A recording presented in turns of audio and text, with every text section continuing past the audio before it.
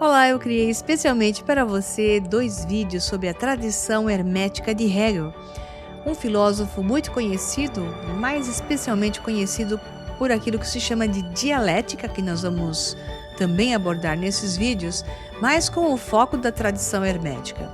Essa parte da metafísica de Hegel foi muito esquecida no tempo e apenas um foco foi dado ao seu trabalho. Então eu tento aqui resgatar esse trabalho incrível e principalmente o que se relaciona a ele e a mente humana e a mente divina. Então assista essa primeira parte e em seguida assista a segunda parte, que será um complemento fantástico. Abraços e até mais. Hegel e a tradição hermética. Segundo Peter Singer, a influência que Hegel teve não é apenas uma influência na filosofia, é uma influência na teologia, na história, na política, na economia e na guerra. O fato de as ideias de Hegel poderem ser aplicadas dessa maneira mostra como sua abordagem foi útil, principalmente os elementos históricos de sua abordagem. A visão histórica que Hegel tinha a respeito das coisas era como tudo tendo se desenvolvido como resultado de um processo e que poderia ser proveitosamente aplicado por estudiosos em todas essas áreas distintas. Somente com o cair do anoitecer, a coruja de Minerva abre suas asas. Muitas pessoas ficam surpresas ao descobrir que vários dos maiores filósofos do mundo estavam diretamente envolvidos com sociedades secretas como os Illuminati, os Rosacruzes e os maçons, frequentemente assumindo papéis de liderança nessas sociedades. Esse era o caso de Hegel. Mas por que os filósofos não se interessariam por segredos antigos e ideias pouco ortodoxas?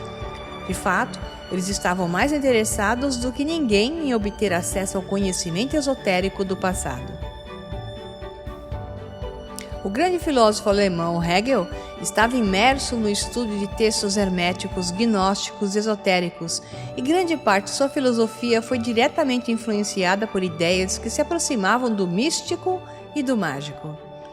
Filósofos conhecidos como ele eram frequentemente convencionais e conservadores, mas isso lhes dava liberdade para explorar em segredo as ideias mais radicais sem atrair a suspeita das autoridades. Segundo muitas fontes de autores específicos do assunto, Hegel teria sido um Illuminatus e escolheu uma tática de escrever em um estilo tão impenetrável que era difícil para qualquer um dos corredores do poder entender completamente a natureza controversa do que ele estava declarando. Em suas obras estão enterradas joias da sabedoria antiga. Para aqueles que estão interessados em investigar as raízes esotéricas do trabalho de Hegel e a tradição hermética de Glenn Alexander Magee fornecem uma introdução útil. O livro não é escrito por alguém de dentro, mas é um esforço valioso de alguém que está de fora para vislumbrar o véu e mostrar as conexões entre as ideias de um dos gigantes da filosofia e os caminhos secretos do conhecimento que correm paralelos ao mundo ortodoxo governado pelo pensamento falso e iludido das religiões tradicionais. Hegel é sem dúvida o filósofo mais ambicioso de todos os tempos. Com a intenção de explicar tudo, incluindo todas as filosofias anteriores e toda a história em um sistema abrangente de extraordinário poder e grandeza. Ele se propôs a demonstrar nada menos do que a imponente evolução do cosmos em direção à autoconsciência. Qualquer um que entender o que Hegel está dizendo terá um vislumbre, talvez mais, da mente de Deus. Tudo está em uma trajetória ascendente em direção ao resultado mais alto possível. A humanidade, como tudo mais, estaria no caminho da divindade se pudesse compreender esse fato incrível. Deus não é externo ao universo, ele é o cumprimento da evolução do universo. Ele não é o criador do universo, ele é a sua criação mais alta. Ele é a obra de arte suprema do cosmos. Ele não está além do universo, ele é o universo e ainda maior que a soma de suas partes. Ele transcende o universo que o deu à luz. O criado pode então assumir o papel de verdadeiro criador, guiando o destino futuro da existência. A existência está passando por um processo de conclusão. Ele se esforça para alcançar um fim definido, o da atualização máxima de seu potencial original. Tudo começou com uma possibilidade. Termina quando atinge o auge da realização da possibilidade. Assim, Hegel disse que havia expressado a autobiografia de Deus. Sua filosofia era nada menos que a manifestação dos pensamentos mais profundos de Deus. A iluminação é baseada no pensamento dialético, por isso é crucial para os que desejam entender a natureza desta realidade.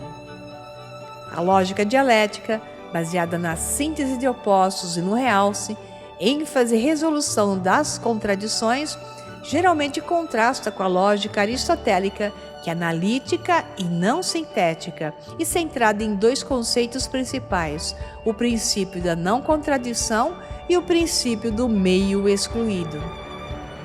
Bertrand Russell afirmou que existem 3 leis do pensamento.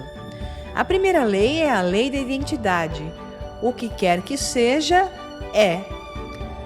A segunda lei é a lei da não contradição.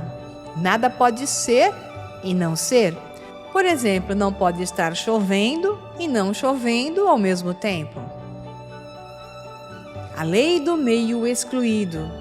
Tudo deve ser ou não deve ser. Por exemplo, está chovendo ou não está. As pessoas de mente simples se fixam nessas leis, mas elas são as leis do ser e são contraditas pelas leis do tornar-se. A lei aristotélica, a base do pensamento ocidental, presta-se ao pensamento analítico e redutivo, ao quebrar tudo e separá-lo de todo o resto. Mas isso é uma ilusão. O universo, como o pensamento oriental sempre enfatizou, é um todo interconectado. O tipo de lógica que melhor lida com o devir, em vez de ser, é a lógica dialética. Infelizmente, Russell não conseguia compreender a lógica dialética de Hegel, então ele não tinha ideia do que Hegel realmente estava falando. O iluminista Heráclito é conhecido como o pai do pensamento dialético, e esse tipo de pensamento atingiu seu ápice com Hegel. O pensamento dialético tem tudo a ver com a síntese, sobre como unificar os opostos. A ideia-chave da dialética hegeliana é que tudo contém uma contradição interna implícita, fundamental, que levará a que a contradição acabe sendo explicitamente expressa. Assim, quando está chovendo, a contradição implícita de que irá parar de chover já está começando a se manifestar, e no devido tempo, a chuva realmente vai parar. Haverá um tempo durante a transição entre chover e não chover, quando a distinção entre os dois estados não puder mais ser claramente definida. E esse é um ponto fundamental. A lógica aristotélica enfatiza as fases separadas do processo, enquanto a lógica dialética enfatiza a interconectividade das aparentes contradições. Elas fazem parte de um processo contínuo de tornar-se, ao invés de tipos separados de ser. Portanto, as pessoas obcecadas com a contradição, as que pensam que são inteligentes quando identificam contradições e tentam usá-las como armas em algum tipo de batalha lógica, apenas demonstram que estão presos a um tipo de pensamento redutivo e falham em entender o quadro geral. Pessoas que não conseguem enxergar além da lógica aristotélica nunca entenderão o iluminismo. No mundo da dialética, no mundo do devir, nenhuma das leis de Russell de fato se aplica. São limites em preto e branco, enquanto o devir se refere a tons de cinza. A lógica difusa abandona a oposição binária de verdadeiro e falso, e em vez disso introduz novas categorias como muito verdadeiro, razoavelmente falso, completamente falso e etc. É muito mais matizado, introduzindo tons de cinza onde apenas preto e branco existia antes. A lógica quântica introduz uma nova forma de lógica baseada na mecânica quântica, na qual se aplica uma superposição de estados. As partículas quânticas podem estar em 2 ou mais lugares ao mesmo tempo. Elas podem estar em 2 ou mais estados, por mais contraditórios que sejam. Isso é demais para a lógica aristotélica. Se você quer entender a vida, você precisa usar diferentes tipos de lógica em diferentes contextos, aquela que for mais apropriada para a situação. Se a contradição é a única ferramenta na sua caixa, você não chegará a lugar algum. Então, por favor, para todas as pessoas que vasculham nosso trabalho em busca de contradições, por que você não faz um favor a si mesmo e tenta sintonizar a lógica mais elevada do devir, a lógica da dialética? Um aspecto final do pensamento dialético que deve ser apreciado é que ele deve levar a estados de síntese cada vez mais altos, onde as contradições, reveladas no contraste entre tese e antítese, presentes em cada ciclo dialético, são progressivamente refinadas e resolvidas até que, eventualmente, uma síntese completa é alcançada, onde a contradição é finalmente abolida. Isso apresenta o ápice, o absoluto, o ponto ômega do processo dialético. O motor cósmico. A dialética é o motor da filosofia de Hegel. Embora seja geralmente descrita em termos de tese, antítese e síntese, e essa é certamente uma maneira mais fácil e prática de pensar sobre isso, é uma noção um pouco mais complexa do que esse fato. Tese e antítese são geralmente consideradas entidades diferentes e independentes, mas Hegel trata a antítese como algo dentro da tese, intrínseco a ela, isto é, a tese contém sua própria antítese. Hegel diz: tudo é o oposto. Nem no céu, nem na terra, nem no mundo da mente, nem da natureza, existe em algum lugar um resumo ou, como o entendimento mantém. O que existe é concreto, com diferença e oposição em si mesmo. Os termos preferidos de Hegel para o processo dialético são resumo, negativo, concreto, e às vezes imediato, mediado e concreto. A ideia inicial, a tese, é muito abstrata, muito teórica, à medida que é testado na realidade, quando é sujeito a tentativa e erro e a experiência do mundo real, os erros e contradições, os negativos, tornam-se aparentes, ou seja, a antítese dentro da tese começa a se afirmar. À medida que os negativos são levados em considerações e resolvidos progressivamente, a abstração inicial se torna cada vez mais robusta e sólida. Finalmente, a ideia é totalmente concreta. A dialética de Hegel é semelhante ao método científico pelo qual uma hipótese inicial é testada experimentalmente e continuamente refinada até que as previsões da hipótese correspondam exatamente aos resultados experimentais, momento em que a hipótese se torna uma teoria. Em termos científicos, uma teoria não é um conceito especulativo. É algo tão bem verificado que é praticamente uma lei incontestável da ciência. A dialética hegeliana é um processo fluido. A evolução do universo assume a forma de uma espiral cósmica, girando em torno de um ponto de gênese, enquanto se move ainda mais a partir desse ponto. Às vezes a espiral está se movendo para cima, que é a tese. Outras vezes está sendo contradita internamente e se movimenta na direção oposta, que é a antítese, mas está sempre crescendo e evoluindo. À medida que a fase antítese cede, é reconciliada com a tese a formação de uma síntese, que se torna uma nova tese, que flui para uma nova antítese, e assim por diante. Cada iteração do ciclo representa uma nova síntese sendo formada em um estado de evolução mais alto que o anterior, e assim continua até atingir o ponto final dialético, a síntese final, o ponto ômega. A dialética hegeliana, o método científico e a evolução teleológica, isto é, a evolução proposital, ao invés de aleatória, são basicamente a mesma coisa. Assim, a dialética hegeliana é orgânica e holística, não mecânica e redutora. Está inerentemente associada ao movimento, ou seja, não é estática, não é lançada para a frente, à maneira dos mandamentos de Moisés. É a essência da vida, avançar, crescer, avançar, desenvolver, evoluir, tornar-se mais complexo, converter cada vez mais potencial à realidade. É um gerador de atualização, utilizando o potencial como matéria-prima. Se você alimenta o potencial, a atualização sai do outro lado. E o tempo todo se move em direção ao seu telos, seu fim, o propósito de uma existência, a expressão máxima de potencial, a suprema atualização. Então, o que é a vida?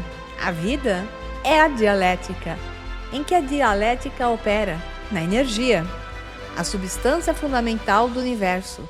Qual é o significado? Está contido na dialética. A dialética é um significado em evolução.